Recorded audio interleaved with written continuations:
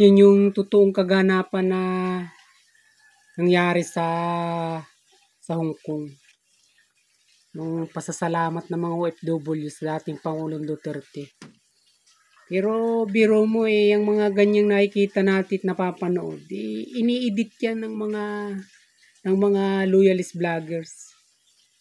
At marahil ito sa labis na inggit. Talagang ginagawa nila, ibinubuhos nila yung kanilang inggit sa mga maling ginagawa nila sa mga bidyong katulad niyan. Para pabulaanan ba? Kasi nga, pagka nakakita sila ng ganyan, nabubulag sila, nabibingi sila. Sa halip na naririnig natin sa Tutoy Duterte, ang sinasabi nila to sa kanilang video na inilabas, impeach Sara, yun ang sinisigaw. Kasi nga, ini-edit na nila. At hindi lang yan, hindi na yan, kumbaga lahat na lang ng mga katong pangyayari sa mga sarili nila ay nagaganap. Nagiging buburin magbilang. Biro mo yung daming yan. Sabi nung isang loyalist, wala pa raw 100. At exact 99 lang daw. Kulang pa ng isa para mag 100 yung mga taong naroon at dumalo. Para nga magpasalamat sa event na yun sa dating Pangulong Duterte.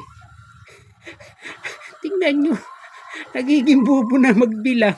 Nagiging bulag pa at nagiging bingi pa. Ang sinisigaw Duterte, pero sa kanilang video ang lumilitaw na sinisigaw, impeach Sara.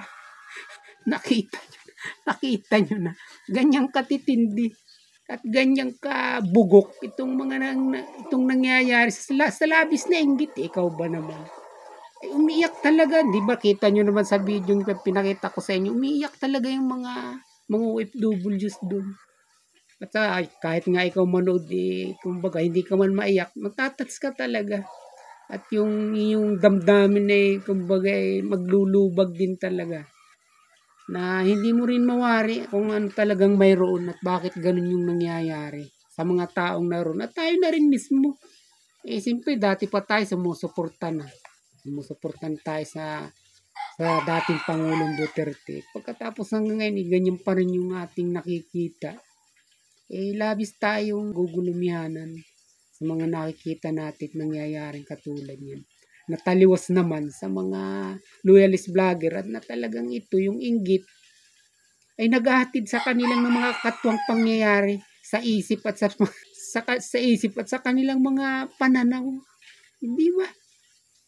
Biro mo, paano mo pabubulaanan yung mga bagay na yan? Samantalang ikaw na rin mismo ang magpapasi at makakakita na kakaiba nga yun, pero pinipilipit mo, binabaliktad, kasing baliktad ng kanilang mga pag-iisip. Yun yung nakikita natin at napapatunay sa mga loyalist vlogger na ito na hindi talaga nagigising kung ano yung katotohanan na dapat sana ay pinapanigan din nila.